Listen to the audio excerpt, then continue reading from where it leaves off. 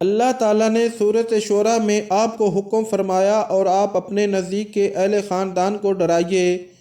یہ حکم ملتے ہی آپ کافی پریشان ہوئے، یہاں تک کہ آپ کی پھپھیوں نے خیال کیا کہ آپ کچھ بیمار ہیں، تو آپ نے فرمایا میں بیمار نہیں ہوں، بلکہ مجھے اللہ تعالیٰ نے حکم دیا ہے کہ میں اپنے قریبی رشتہ داروں کو آخرت کے عذاب سے ڈراؤں۔ آپ کی پھپھیوں نے کہا آپ ضرور اپنے رشتہ داروں کو ڈراؤ، مگر ابو لہب کو نہ بلائیے گا، کیونکہ ہرگز وہ آپ کی بات نہیں مانے گا۔ بسم اللہ الرحمن الرحیم۔ سیرت النبی صلی اللہ علیہ وآلہ وسلم۔ عنوان: اسلام کا پہلا مرکز۔ حضرت صہیب اور حضرت عمار رضی اللہ تعالی عنہ دونوں آپ صلی اللہ علیہ وآلہ وسلم کی خدمت میں حاضر ہوئے۔ آپ نے دونوں کو اپنے پاس بٹھایا۔ جب یہ بیٹھ گئے تو آپ نے ان کے سامنے اسلام پیش کیا اور قرآن کریم کی جو آیات آپ پر اس وقت تک نازل ہو چکی تھیں وہ پڑھ کر سنائیں۔ ان دونوں نے اسی وقت اسلام قبول کر لیا۔ اسی روز شام تک یہ دونوں نبی کریم صلی اللہ علیہ وآلہ وسلم کے پاس رہے۔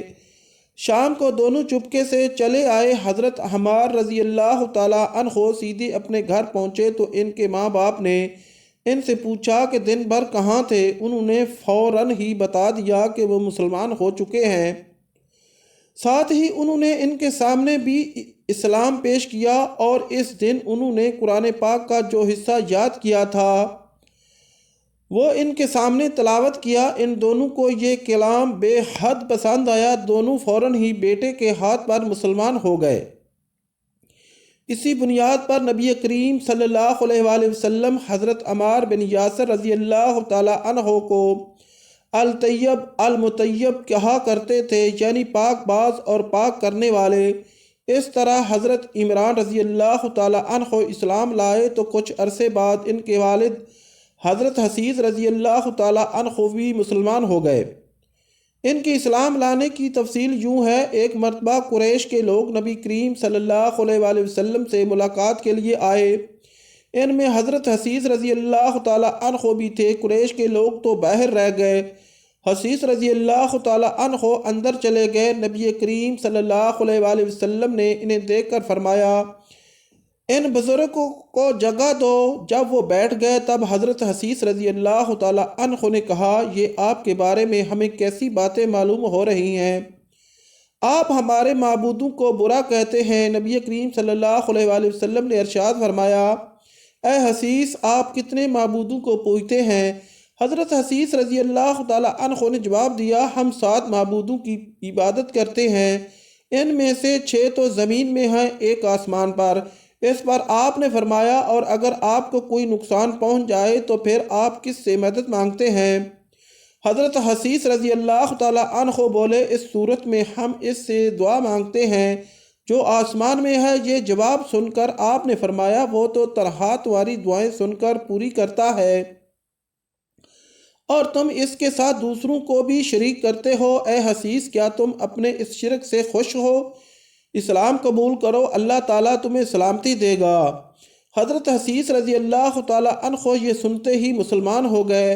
اسی وقت ان کے بیٹے حضرت عمران رضی اللہ تعالی عنہ اٹھ کر پاک باپ کی طرف بڑھے اور ان سے لپٹ گئے۔ اس کے بعد حضرت حسیس رضی اللہ تعالی عنہ نے واپس جانے کا ارادہ کیا تو آپ نے اپنے صحابہ کرام رضی اللہ تعالی عنہم سے فرمایا انہیں ان کے گھر تک پہنچا کر آؤ۔ حضرت حسیس رضی اللہ تعالی عنہ جب دروازے سے باہر نکلے تو وہاں قریش کے لوگ موجود تھے۔ انہیں دیکھتے ہی بولے لو یہ بھی بے دین ہو گیا۔ اس کے بعد وہ سب لوگ اپنے گھروں کو لوٹ گئے اور صحابہ کرام نے حضرت حسیس رضی اللہ تعالی عنہ کو ان کے گھر تک پہنچایا۔ اسی طرح 3 سال تک نبی کریم صلی اللہ علیہ وآلہ وسلم خفیہ طور پر تبلیغ کرتے رہے۔ اس دوران جو شخص بھی مسلمان ہوتا وہ مکہ کی گھاٹیوں میں چھپ کر نمازیں ادا کرتا تھا۔ پھر ایک دن ایسا ہوا کہ حضرت سعد بن ابی وقاص رضی اللہ تعالی عنہ کچھ دوسرے صحابہ کے ساتھ مکہ کی ایک چوٹی میں تھے کہ اچانک وہاں قریش کی ایک جماعت پہنچ گئی۔ اس وقت صحابہ نماز پڑھ رہے تھے۔ مشرکوں کو یہ دیکھ کر بہت غصہ آیا، وہ ان پر چڑھ دوڑے، ساتھ میں برا بھلا بھی کہہ رہے تھے۔ ایسے میں حضرت سعد بن ابی وقاص رضی اللہ تعالی عنہ نے ان میں سے ایک کو پکڑ لیا اور اس کو ایک ضرب لگائی، اس سے اس کی کھال پھٹ گئی، خون بہہ نکلا۔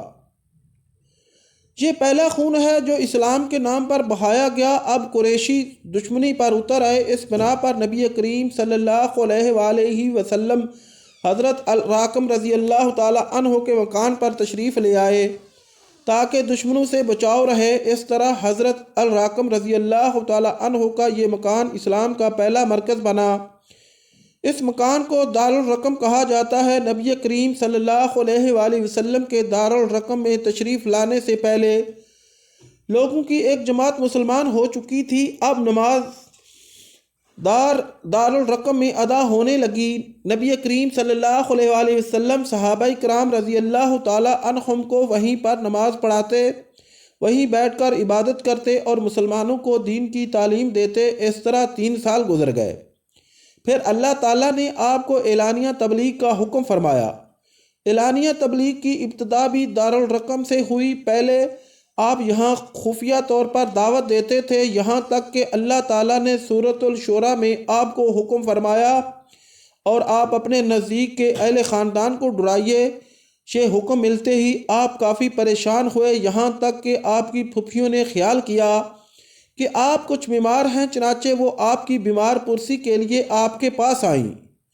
تب آپ نے ان سے فرمایا، میں بیمار نہیں ہوں، بلکہ مجھے اللہ تعالیٰ نے حکم دیا ہے کہ میں اپنے قریبی رشتہ داروں کو آخرت کے عذاب سے ڈراؤں۔ اس لیے میں چاہتا ہوں کہ تمام بنی عبد المطلب کو جمع کروں اور انہیں اللہ کی طرف آنے کی دعوت دوں۔ یہ سن کر آپ کی پھپھیوں نے کہا، ضرور جمع کریں، مگر ابو لہب کو نہ بلائیے گا، کیونکہ وہ ہرگز آپ کی بات نہیں مانے گا۔ ابو لہب کا دوسرا نام عبد العزی تھا۔ یہ آپ کا چچا تھا اور بہت خوبصورت تھا، مگر بہت سنگ دل اور مغرور تھا۔ دوسرے دن نبی کریم صلی اللہ علیہ وآلہ وسلم نے بنی عبد المطلب کے پاس دعوت بھیجی۔ اس پر وہ سب آپ کے ہاں جمع ہو گئے۔ ان میں ابو لہب بھی تھا۔ اس نے کہا، یہ تمہارے چچا اور ان کی اولادیں جمع ہیں، تم جو کچھ کہنا چاہتے ہو کہو اور اپنی بے دینی کو چھوڑ دو۔ ساتھ ہی تم یہ بھی سمجھ لو کہ تمہاری قوم میں یعنی ہم میں اتنی طاقت نہیں کہ تمہاری خاطر سارے عربوں سے دشمنی لے سکیں، لہذا اگر تم اپنے معاملے پر اڑے رہے تو خود تمہارے خاندان والوں ہی کا سب سے زیادہ فرض ہوگا کہ تمہیں پکڑ کر قید کر دیں، کیونکہ قریش کے تمام خاندان اور قبیلے تم پر چڑھ دوڑیں۔ اس سے تو یہی بہتر ہوگا کہ ہم ہی تمہیں قید کر دیں۔ اور میرے بھتیجے، حقیقت یہ ہے کہ تم نے جو چیز اپنے رشتہ داروں کے سامنے پیش کی ہے، اس سے بدتر چیز کسی اور شخص نے آج تک پیش نہیں کی ہوگی۔ آپ نے اس کی بات کی طرف کوئی توجہ نہیں فرمائی اور حاضرین کو اللہ کا پیغام سنایا۔ آپ نے فرمایا، اے قریش، کہو اللہ کے سوا کوئی عبادت کے لائق نہیں اور محمد صلی اللہ علیہ وآلہ وسلم اللہ کے رسول ہیں۔ آپ نے ان سے یہ بھی فرمایا، اے قریش، اپنی جانوں کو جہنم کی آگ سے بچاؤ۔ وہاں صرف آپ کے رشتہ دار ہی جمع نہیں تھے، بلکہ قریش کے دوسرے قبیلے بھی موجود تھے، اس لیے آپ نے ان کے قبیلوں کے نام لے کر انہیں مخاطب فرمایا، یعنی آپ نے یہ الفاظ ادا فرمائے، اے بنو ہاشم، اپنی جانوں کو جہنم کے عذاب سے بچاؤ۔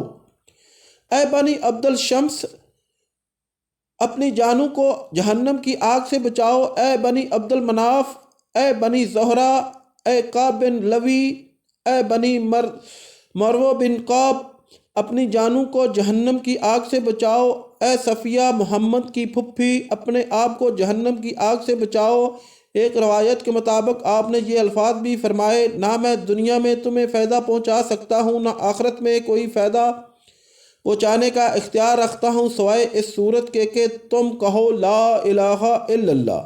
چونکہ تمہاری مجھ سے رشتہ داری ہے، اس لیے اس کے بھروسے پر کفر اور شرک کے اندھیروں میں گم نہ رہنا۔ اس پر ابو لہب آگ بگولا ہو گیا۔ اس نے تل ملا کر کہا، تو ہلاک ہو جائے، کیا تو نے ہمیں اسی لیے جمع کیا تھا؟ پھر سب لوگ چلے گئے۔